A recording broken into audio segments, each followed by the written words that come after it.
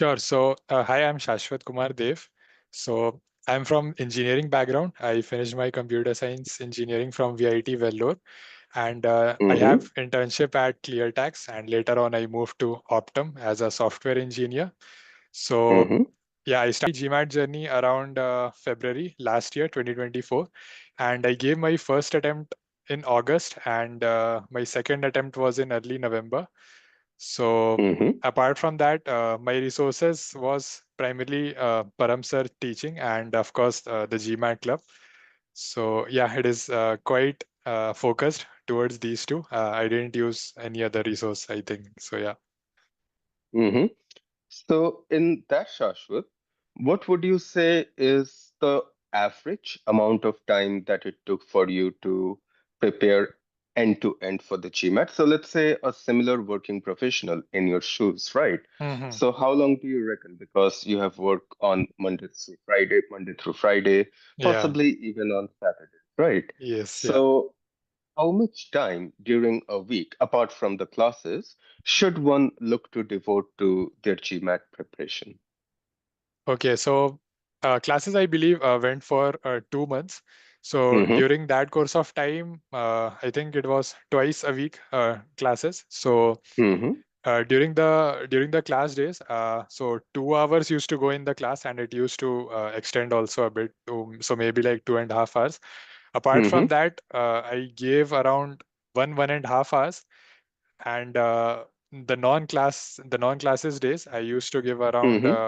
2.5 to 3 hours, but that was quite variable for me because it depended on the workload as well. So the Hmm. Monday to Friday, if it is a bit hectic, I used to reduce it, and some days if the work is little less, I used to extend it to 4.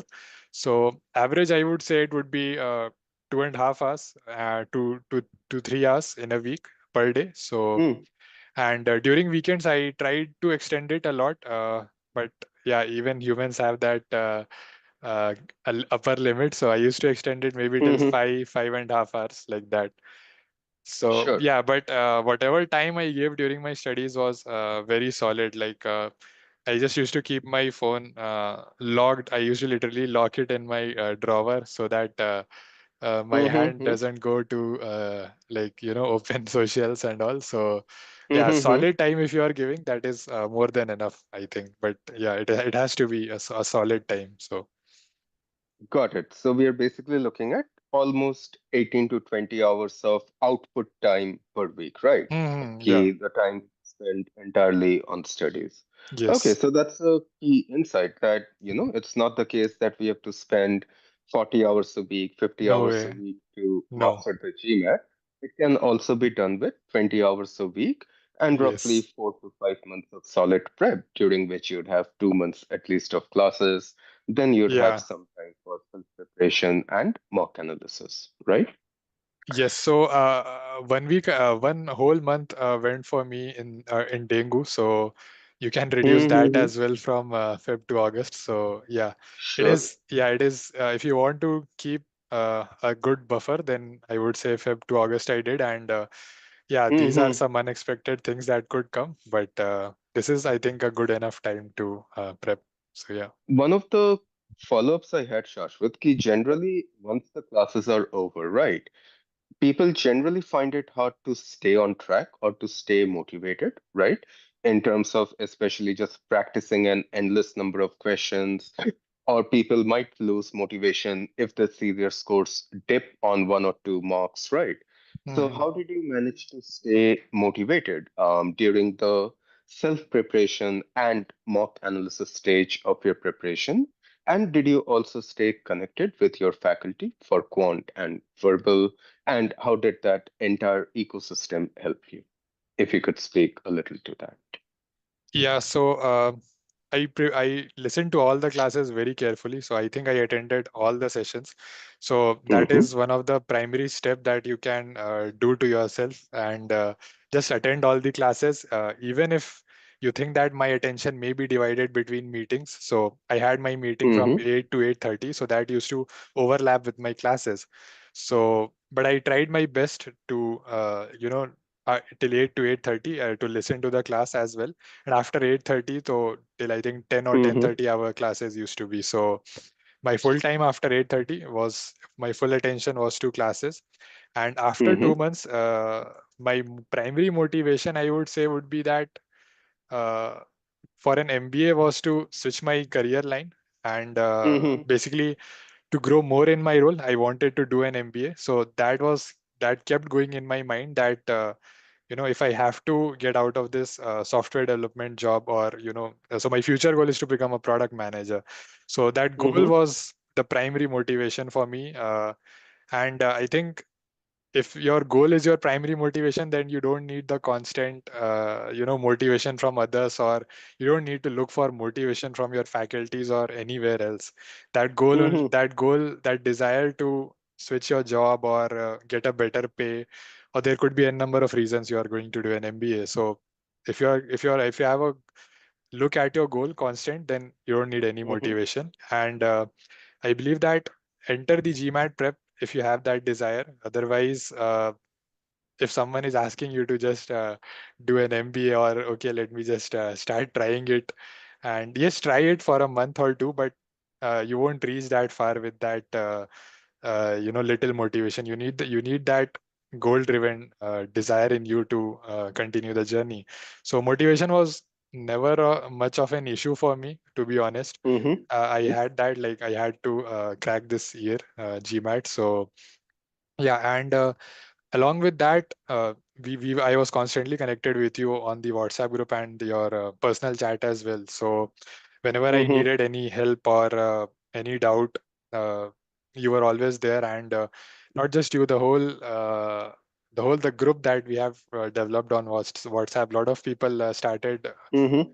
posting very active doubts and resolving those. So so Mm-hmm. in the beginning, I remember that I used to solve a lot of other people doubts, especially quants, and a lot of Mm-hmm. times verbal as well. So just seeing that True. during the day would keep you motivated. That okay, three people are still studying at it's 2 a.m. and three Mm-hmm. people are posting their doubts. So it would like you motivate you also that okay, they are studying. Let Sure. me also study. So Absolutely. yeah, Absolutely. yes. So that is one that competition sense might come in you and should come in you, I think. So Mm-hmm. yeah, that also drives you a lot during your journey.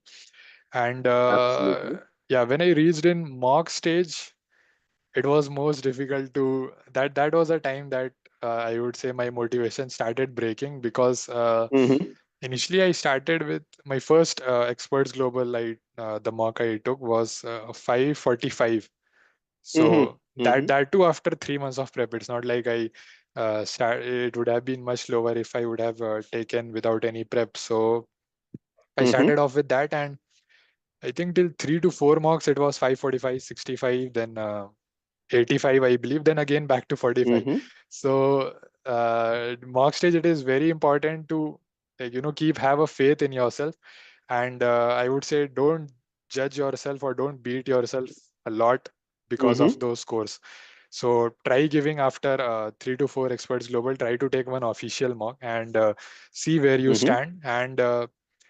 And in overall sense, I would say don't base your score a lot on the mocks. After all, they are mocks, and try to Mm-hmm. take back. So mocks are not for scores. I would say it is for learning. And after taking mocks, so yeah, for me, mock was all about getting into that exam zone, not basing much of your score. I know it is very easy for me to say that don't base your score. Of course, you will. I also did, but yeah, Mm-hmm. after if I take a look back at my journey, I would say keep mock as mock, take it bit light, and yeah, in exam you never know. A lot of people I have heard that they score 40 marks higher than your marks, and a lot of people, Sure. including me, would score less than their highest marks in the marks. So it is always there. Mm-hmm.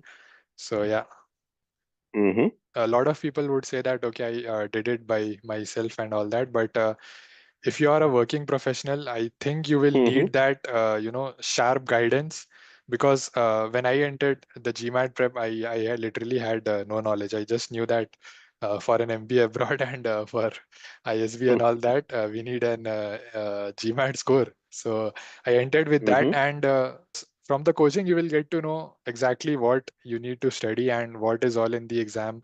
And GMAT is a very, I would say, guided and sharp, uh, sharp syllabus, I would say, because a lot of things are not covered. Because if you see, in numbers Mm-hmm. there are a lot of concepts, but very limited concepts are tested in the exam.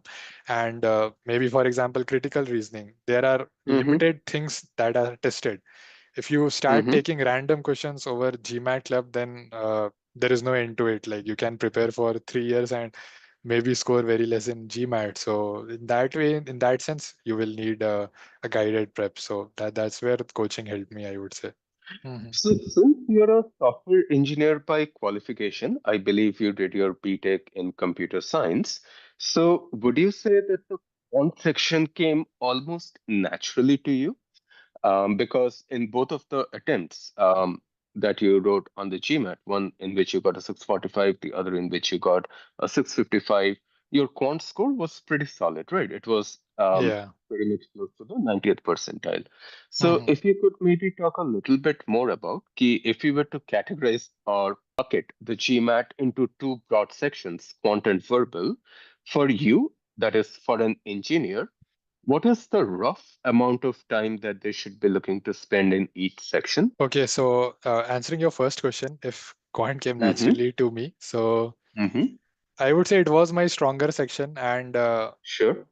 maths is something that I love doing right Mm-hmm. from my school days in 11th, 12th. I actually liked doing mathematics. I liked solving the problems. I liked cracking the code behind it. So Mm-hmm. that's why maybe it came naturally to me, because I had practiced it a lot, maybe during my school, and then during the Mm-hmm. engineering I had touch with it during my first year maybe. And yeah, again, when I started Mm-hmm. the quant studying, it I developed an interest in it. That's why I was liking it. So that's why maybe Mm-hmm. it came naturally to me, because I enjoyed doing that section, if I have to put it. So along with Mm-hmm. that, verbal, I would say, was not very enjoyable for me, because Sure. of course, it is a bit trickier when it comes to critical reasoning and cracking the passage.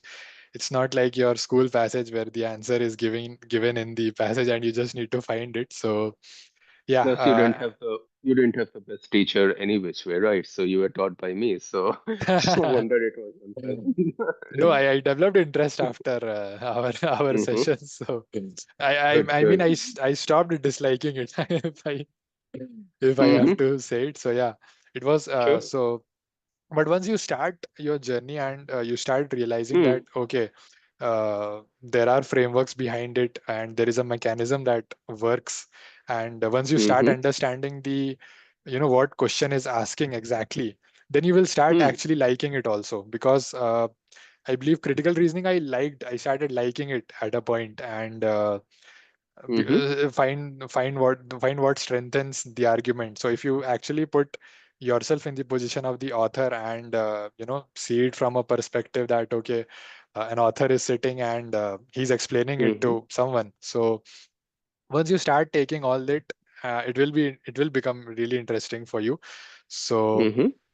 yeah, and coming to the point, how much time I dedicated. So it was, I would say, 65% and 35% for quants, 65 being for verbal. So I had to Mm-hmm. dedicate more time in it, because, of course, I was scoring little less in the beginning, and Mm-hmm. I had to solve a lot of passages and critical reasoning questions to get comfortable with it and started getting a consistent score in it. So that was Mm-hmm. my division. And maths, I used to pick in those days where my work is very hectic. So every morning I Mm-hmm. used to start with verbal, like it was my usual routine. Every day I used to do verbal, almost every day, if not every day. So Mm-hmm. 2 hours, I think I used to dedicate it for the verbal, and I used to do it in the very like beginning in the morning itself. Like, take a shower, Mm-hmm. get your breakfast, start with the verbal, so that you're most fresh that time. Your mind is really Mm-hmm. active. And Mm-hmm. quants, which is stronger for you, or if verbal is stronger for you, you can switch it as well. So started with what is difficult. Work like take your work during your daytime. Maybe night Mm-hmm. try to pull off 1 hour and give it to quant. So that was my division. Yeah. When you prepared for the GMAT, was there a significant improvement in terms of your language skills this time around? Or did you focus more on the framework recognition, pattern identification, and the elimination processes when it came to, let's say, acing the CR section and the DI section? Because you scored a 93rd percentile on the DI section. Mhm. So, how did you structure your preparation, especially for the more verbal oriented questions? Yeah. So uh, I won't completely oppose those people who are saying that oh, you need to read lot of books and all that, because I Mm-hmm. didn't try it honestly. Mm-hmm. I didn't have to read lot of books. I think just as a casual reader, I would have read during the whole journey. I would have read some 2 to 3 books max, and Mm-hmm. I don't think that was much helpful in my GMAT prep. But Mm-hmm. see, once you start solving passages, I think you can maintain your small dictionary. So I used Mm-hmm. small hacks. So I installed one Chrome Okay. extension. I Mm-hmm. used to highlight the word. It used to give me the Mm-hmm. meaning, and it used to automatically store it in my dictionary. So maybe like once Mm-hmm. after 10 to 15 days, I just used to quickly go through words, and lot of words that you will find in the passages. I think Mm-hmm. it is quite repetitive, because one of the words Mm-hmm. that this what qualifies this, or Mm-hmm. so, and in that way I find that it's not that a test of vocabulary, or you need to be a very good reader or anything. No, Sure. if you have studied your graduate and your schooling in the English, I think you are set for that. Mm-hmm. So that is of the paramount importance when it comes to critical reasoning. You have to do that. You have to have some of Mm-hmm. your own approach to the question. If you are just blindly going on to the next question, if you're not taking Mm-hmm. out the learnings, then it will be a longer time for you during the prep. So a lot of frameworks Mm-hmm. that I studied during our class, such as for inference questions, like strong Mm-hmm. words, you don't need to look for. And Mm-hmm. all that concept really helped me. And a lot of frameworks I remember right from our classes. So Mm-hmm. that was really helpful for me. I prepared very nice notes for myself in my notebook, in my own words, what you used to say, and I used to Mm-hmm. constantly revise it. Maybe whenever I felt that I'm losing the grasp in verbal, so I just used to go back to my notes, see, okay, these are the 5 to 6 frameworks, and I used to see that Mm-hmm. whatever mistake I am doing, it is somehow fitting in that framework. Of course, you can't make Mm-hmm. a guide for critical reasoning. It is not possible. Mm-hmm. So, but Mm-hmm. those frameworks, you will relate that somehow it is relating to the mistake that you are making. So I believe it is very important, especially when it comes to critical reasoning. And Mm-hmm. for my verbal DI would say once you start practicing DI, so Mm-hmm. DI is probably the least amount of time I have given in terms of my prep. And because Mm-hmm. this is because quants was good for me, and verbal I was Sure. practicing a lot, and it is just a combination of those two. So you just Mm-hmm. need to see what is going on in the question, in the sense that if you are reading a lot of info that is given, it is quite useless. So Mm-hmm. if you do a lot of questions, try solving them on GMAT Club, you will start identifying, okay, this part is useless. And once you are reading in the exam, you will think that, okay, this part is at least like lesser important. If some Mm-hmm. mathematical figure is given in the question, then you will automatically think, okay, this thing I like, it is good to keep in your mind. And MSR, Mm-hmm. lot of struggle was there for me, but and I realized that it was because that I was taking a lot of notes of useless things, which was never asked in the question. So Mm-hmm. yeah, so you can like take a vague note in your head or in your notebook that, okay, this part of information is given in the first, and this part maybe is given in the second, and all. A lot of test takers often find themselves struggling in terms of because there is a Mhm, paucity of official material or official MSR mhm, passages or data sources from which they mhm, can practice. The official material for DI is fairly limited at the end of the mhm, day. mhm, So, what could be one foolproof strategy of, let's say, mastering the MSR questions? Um, and could reading comprehension or the skills that we learn in reading comprehension, could they also supplement the MSR practice in some way, shape, or form? mhm. Yes, so your RC skills will definitely come into use in into the MSR, because Mm-hmm, in the RC we are like, you use, or we are taught that, don't take all the information to your heart. Like, you don't need to remember mm-hmm, it. You can always go back to the passage. Just form the what that paragraph is trying to tell you. Just take. So even I used to take very small notes, very brief notes. So in that I used to summarize passage, try to summarize passage initially when you are starting your prep. This is, I believe, very important. Try to summarize your mm-hmm, passage, or the first paragraph, the second paragraph, in one line maybe.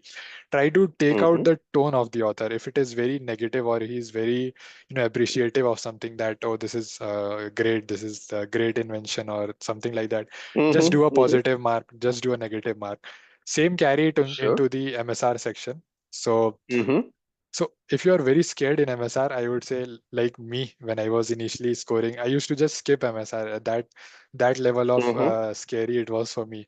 But then I mm-hmm, started doing without timers. So GMAT club, I used to go GMAT club. mm-hmm.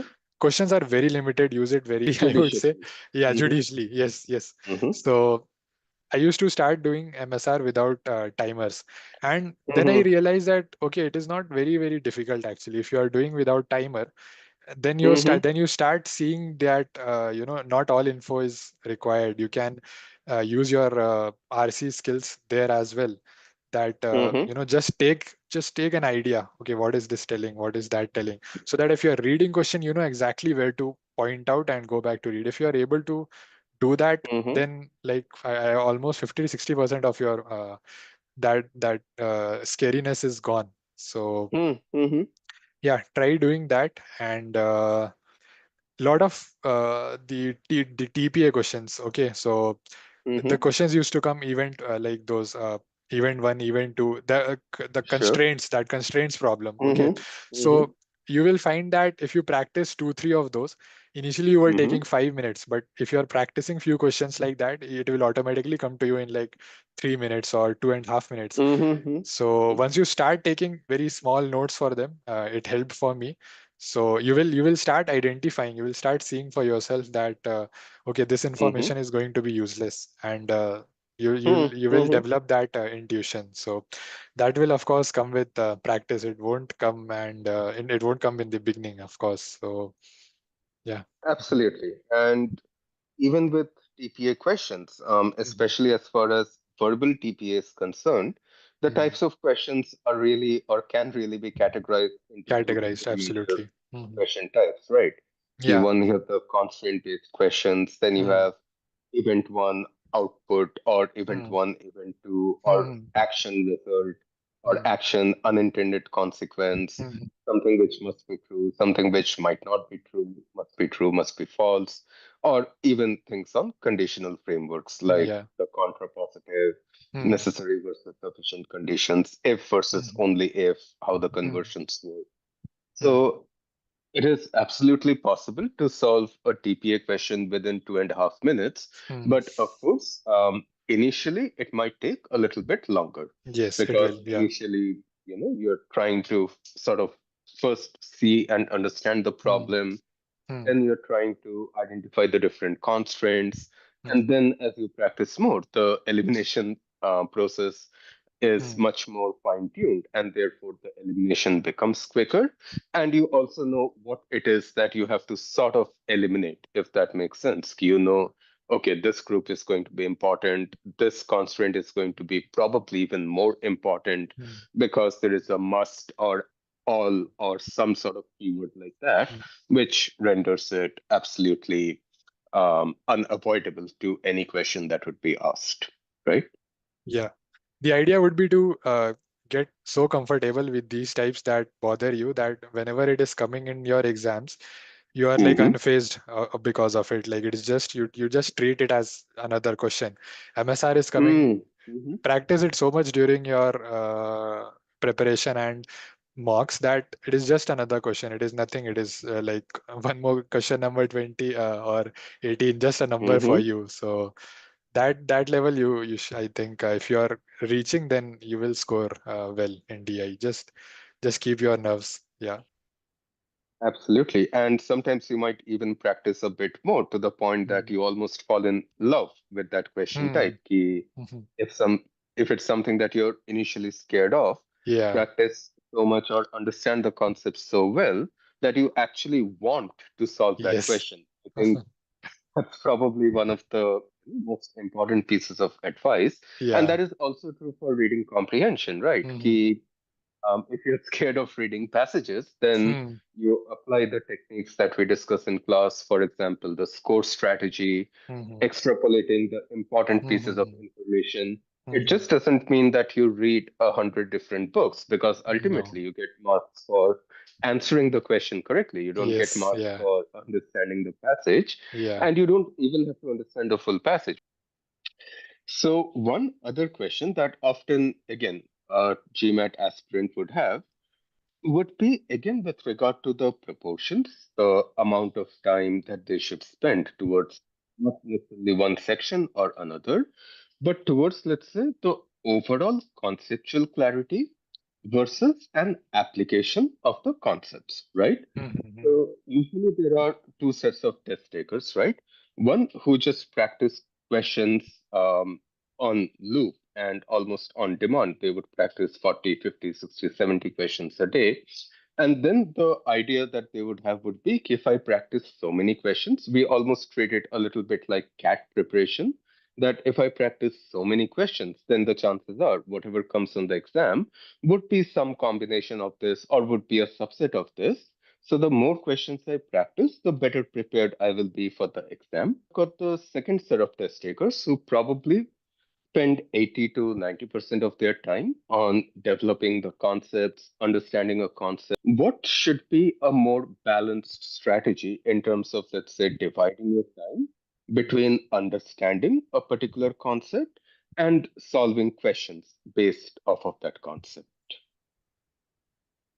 Okay. So for me, I would start with verbal first. So Mm-hmm. uh, I went along with the classes in the beginning. So whatever you were asking me to do, like right after the Mm-hmm. class, we were given homework or a set of assignments. So the Mm-hmm. first 2 months, like I followed your word like fully. After the class, I used to attend all the assignments that was given me. So that I Mm-hmm. would say was the concept development phase for me, like full concepts and only the questions that you have given. So after 2 months, I would say one of the thing that I would like to add here is start your error log early in your journey. So conceptualization Mm-hmm. in verbal, I would say, is uh, if you want to put conceptualization, then 2 months is enough to develop that with your faculty or with the coaching that you are taking, or if you are prepping alone. So that Mm-hmm. is developed there, but your learnings has to continue till probably till like 4 to 5 months in your whole part of Mm-hmm. journey, I would say. So maintaining an error log is like the best thing you would do to yourself while you are prepping, and this I cracked in maybe around June. So I started developing a Mm-hmm. proper error log right from June, and I would say I Mm-hmm. started it late. I could have started early, and that is very helpful to you because you will start seeing what is your what mistakes are you constantly making. So Mm-hmm. and for me in the error log for the verbal, I used to add a lot of learnings. So you can say it's Mm-hmm. like a concept for you, but yeah. So start maintaining it early, and conceptualization versus application, for me, it was a mix. You have to find a Mm-hmm. balance, strike a balance between the both person Mm-hmm. A who is doing 70 questions a day is in my opinion not very Mm-hmm. fruitful, and the person Mm-hmm. B who is afraid of going into the sea water and is just trying Mm-hmm. Mm-hmm. concepts, that also is not a good way. So initially, Mm-hmm. if you think that okay, I'm lacking concepts, I don't know what weekend question I have, how to look at it, your Mm-hmm. your answer will come from your inside itself, that okay, I'm starting to get comfortable now, I need to shift my studying from going into more concepts to going into more bit of an application. But Mm-hmm. still, if I have to come to number of questions, daily I would say three passages, 3 to 4 passages I used to look at, 7 to 10 Mm-hmm. 10 crs maybe, and that is enough, I think. If you are doing that, and if you're taking trying to take learnings from those questions, Mm-hmm. 2 to 3 hours that itself is going to take. So don't try to go for okay, I'm going to solve 50 questions today. So that I don't think Sure. is a very good strategy. So you have So to strike that balance. it's almost like writing a full sectional mock every day, right? Because Yes, that's yeah. basically what 3 to 4 passages and 10 or CR questions entail, that you're basically mimicking or simulating a Hmm. verbal section that Hmm. you'd encounter on the test, right? Basically Yeah. 23 odd questions to Hmm. be solved within 45 minutes. And Yeah. that definitely is the right amount of questions to practice, Hmm. because again, it's not like you're going to get 70 odd verbal questions on the test, right? So the practice has also got to reflect what you're going to encounter on the test, both in terms Yes. of questions, Yeah. but also in terms of volume, right? Mhm. And it doesn't has to be in like a straight sitting. So if you are initially Mm-hmm. starting, don't beat yourself that okay, I'm since 1 hour I have already spent, now I'm distracted, I won't start it again. Don't do that. Try, if it is okay to take little breaks, that of course will be there. Sometimes someone is going to ping you in work during your study, Mm-hmm. so it's not like you have to sit and take it as a straight sectional mock, just but yeah, this is, I would say, this was my ideal number and I was quite comfortable with it. So even in morning, if I'm able to solve 3 passages, and maybe I got to work early, and if I'm getting time sometime in the night, I try to just solve 5 6 CR questions like that. So yeah. One important factor which often plagues a lot of test takers is the issue of timing, right? Hmm. At the end of the day, it is a time bound test, right? You have Hmm. basically got 64 questions which have to be answered in 135 minutes, right? Roughly 2 minutes per question. And of course, it's not exactly 2 minutes. I mean, for quant, it is 2 minutes. For DI, it's Hmm. 2.25. Hmm. And for verbal, of course, it's a little bit under 2. So Hmm. there are two facets to this question, so to speak. So one is, when should you start timing yourself, right? Because of course, the way we sort of proceed in the classes is we initially tell you that focus only on getting the questions Hmm. correct, Hmm. ensure that your accuracy is there close to 85 to 90% before you even start thinking about how much time you're spending on the question. Because ultimately, if your concepts aren't clear, then there is absolutely nothing that you can do about the speed. But of Hmm. course, once your concepts are clear, then adjusting the speed becomes much, much more organic, right? Hmm. Hmm. So let's say we take it as a 5 month project, end to end GMAT prep. Hmm. When during those 5 months should you start improving your timing, or should you even start thinking about the timing, right? And the second aspect of the question is, during a mock exam, when should you look at the timer? Because you've got 45 minutes per section, right?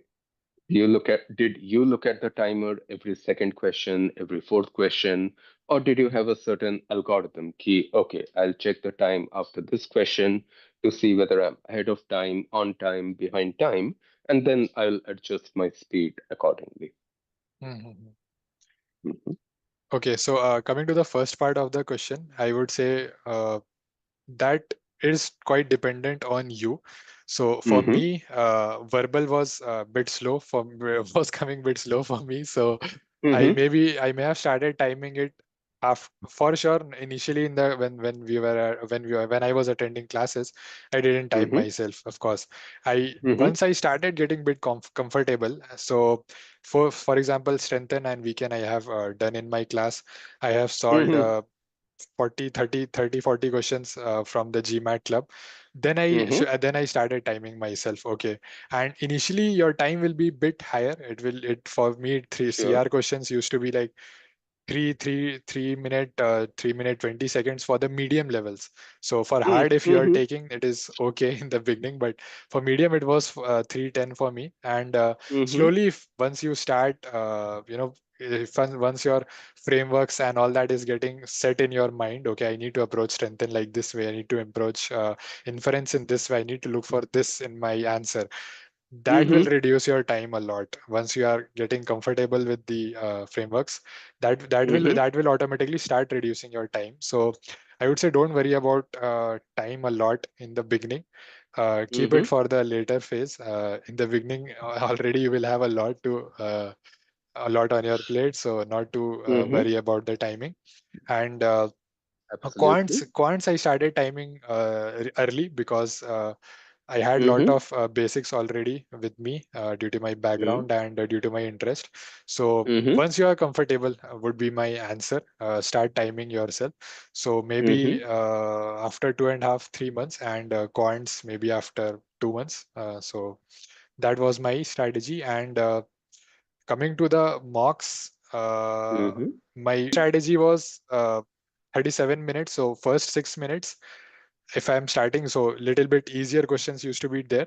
So in the Sure. initially 36th or 37th minute, like total eight Mm-hmm. minutes, I used to try to reach the 5 question mark, and Very good. I used to see my timing on the fifth, 10th, 15th, 20th question.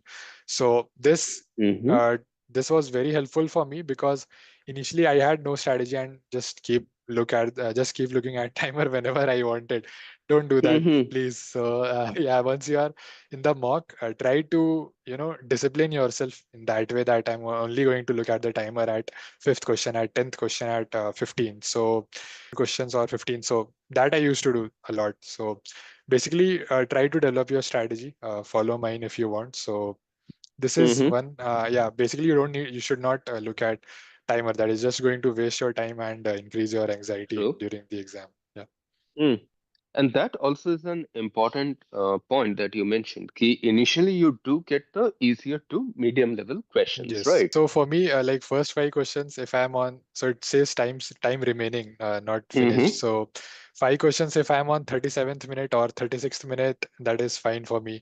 Then on the 10th Mm-hmm. question, if it is like 27th minute, 26th, that is that means that I'm pacing myself well. I don't need to rush it a lot. So this is how I Mm-hmm. used to do it. For verbal especially, yeah, because quants for sure initial ones are very very easy. You have Mm-hmm. to do it fast because Mm-hmm. in the end the questions are going to get tough. So that accuracy Sure. and speed you will have to maintain. So that is a very critical aspect of the GMAT. Yeah. Exactly. And just one nuance of what you mentioned that if by the time you have finished the 10th question verbal and if you have 26 minutes left, then you have automatically translated it from Mhm. an exam now, Mhm. which on average you now have 2 minutes per question exactly for the remaining 13 questions.